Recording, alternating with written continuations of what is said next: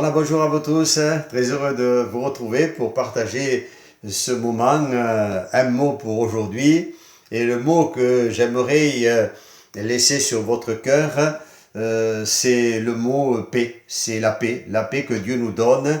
Nous chantions ce cantique quelquefois dans nos assemblées, ce chant qui dit Oh la paix que Jésus donne, je ne la connaissais pas mais tout sur mon chemin rayonne depuis qu'il conduit mes pas. La paix, c'est ce que Dieu nous donne. La paix, c'est miraculeux. C'est miraculeux. Vous savez, c'est la première des choses que Dieu veut nous communiquer. Lorsque Jésus, dans l'évangile de Jean, au chapitre 20 et au verset 26, s'est présenté à ses disciples qui étaient enfermés à cause de la crainte des Juifs, nous dit la Bible.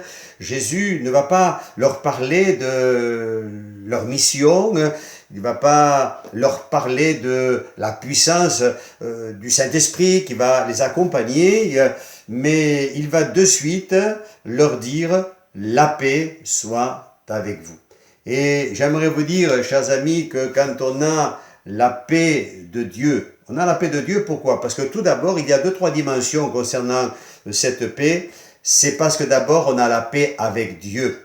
On ne peut pas parler de la paix de Dieu si, premièrement, on n'a pas la paix avec Dieu. Je crois que chaque être humain est appelé à faire la paix avec Dieu. Et c'est pour cela que Jésus-Christ, le Fils de Dieu, est venu, il y a 2000 ans de cela, mourir sur une croix. Il est venu pour que nous ayons le pardon de nos péchés et que nous soyons non plus séparés de Dieu, mais au contraire que nous puissions rentrer en communion avec le Seigneur. Lorsque nous demandons pardon à Dieu pour nos péchés, lorsque nous réalisons l'amour de Dieu manifesté en Jésus-Christ sur la croix, n'est-ce pas, le fait que Jésus ait versé son sang, il a donné sa vie, ensuite il est ressuscité, alléluia, que son nom soit béni, alors on peut être en paix, on est réconcilié.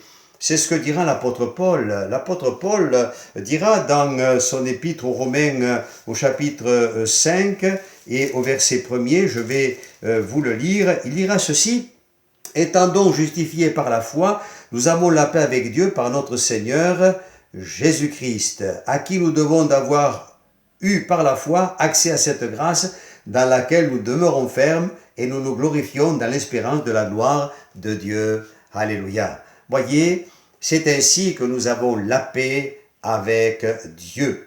Il y a encore une autre dimension, bien sûr, qui découle de cette paix avec Dieu, c'est la paix de Dieu. C'est bon de pouvoir dire que la paix de Dieu est notre partage. Lorsque nous entretenons notre communion avec le Seigneur, et qu'il arrive que quelquefois nous ayons quelques soucis, quelques inquiétudes, eh bien la paix de Dieu se fait sentir à notre cœur. Et cette paix nous rappelle que Dieu est là. Ce chant aussi, nous le chantons quelquefois, Dieu est là, Dieu est là. Mais il est là pour te consoler, pour te bénir, mais il est là aussi pour te rappeler qu'il est le Dieu de paix.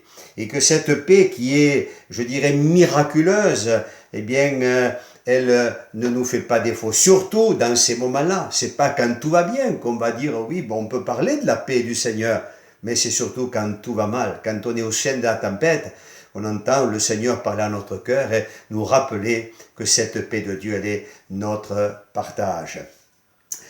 Dans le psaume 131, David dira ceci, au verset 2e, il va dire, lui aussi a eu des moments difficiles, il dira, mais j'ai l'âme calme et tranquille comme un enfant sevré qui est auprès de sa mère.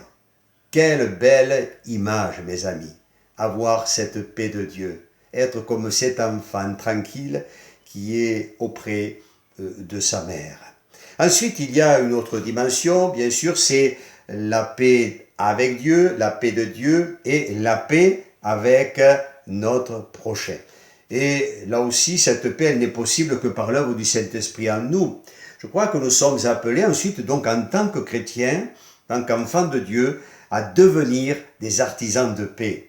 Alors on va laisser de côté toute passion, toute susceptibilité, on va laisser de côté quelques agressivités, quelquefois, et nous allons être de ces témoins, de ces artisans de paix. Je crois que quand on parle du témoignage, il y a bien sûr ce qui est verbal, ce que nous pouvons dire, Dieu a fait dans notre vie, mais il y a aussi le témoignage vécu que nous pouvons apporter à tous ceux qui nous entourent. Lorsque, c'est vrai, quand on ne connaît pas le Seigneur, on est peut-être surpris de l'attitude de quelques chrétiens qui passent par l'épreuve. Je me souviens de cette dame qui disait un jour concernant une personne qui avait perdu un de ses fils, elle disait, mais je ne comprends pas, mais pour quelle raison cette personne est-elle dans cette paix? C'est incompréhensible et de lui répondre tout simplement, c'est la paix du Seigneur. C'est parce que Dieu est avec cette personne. Et quand Dieu est avec nous, mes amis, alors c'est un témoignage que nous sommes appelés à laisser à tous ceux qui nous entourent, à nos contemporains. Que la paix de Dieu soit le partage de chacun. C'est ce que nous souhaitons.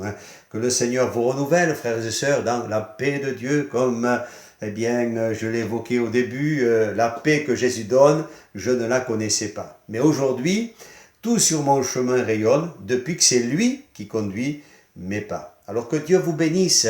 Et puis si quelqu'un ne connaissait pas le Seigneur, expérimentez aussi cette paix avec Dieu.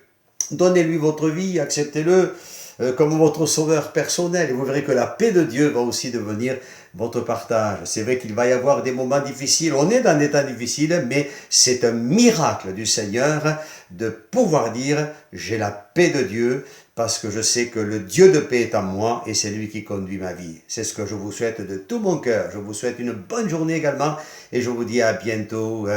Au revoir, chers amis. Dieu vous bénisse.